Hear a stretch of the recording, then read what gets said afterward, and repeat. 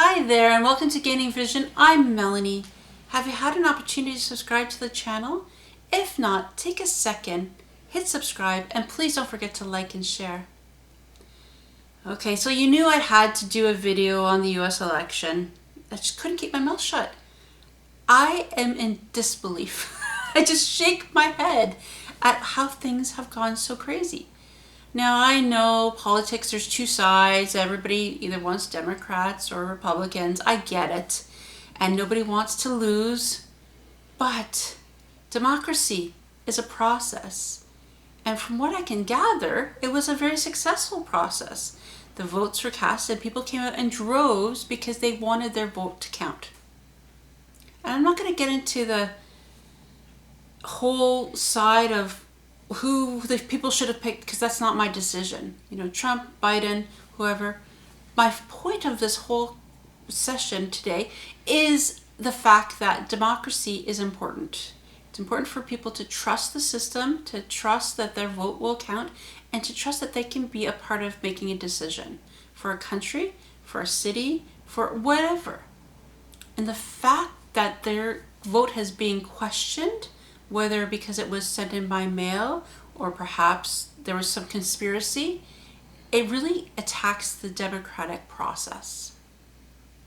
We know that the last 4 years has caused chaos for the US, and that people are looking for a change to get back to some sort of normalcy.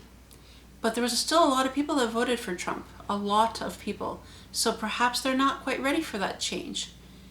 But in the democratic process, what should happen is once the votes are counted and a clear winner has been shown by the votes, and in the US it's electoral votes, if you reach that 270 magic number, you are the winner. It doesn't matter about the popular vote, we learned that 4 years ago, but if you have 270, you are the winner. Last time I checked, Biden was at 273 and aiming, after all the votes were finalized, to be 306 or something like that. The point of the matter is that Joe Biden was the winner. The fact that Trump did not concede or admit that he has not won,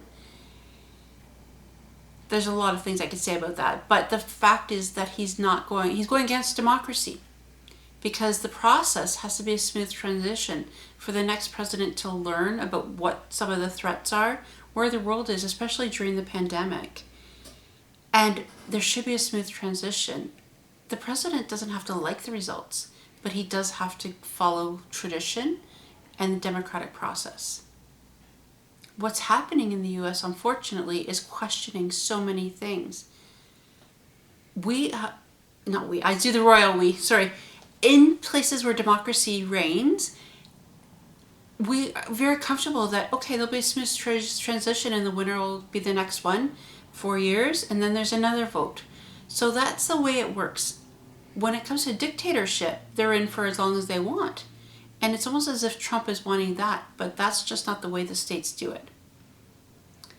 So my concern is if this doesn't get resolved quickly, that it's going to call into the democracy of their country, and it's going to affect worldwide. Because there's a lot of countries and nations that are not democratic, and they think their ways are the best way. So it can really question and put into some threats the US as well as Canada, because we're so close to them, that some of these countries could take advantage of the situation and do something that's not great.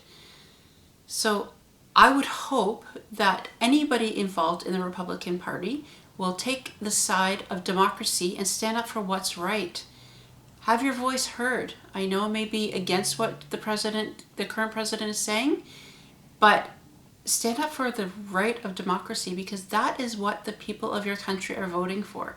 They trust the democratic process, and nothing is perfect in life. We don't always get what we want, but it is a process that's been going on for over 200 years, and it has been working well.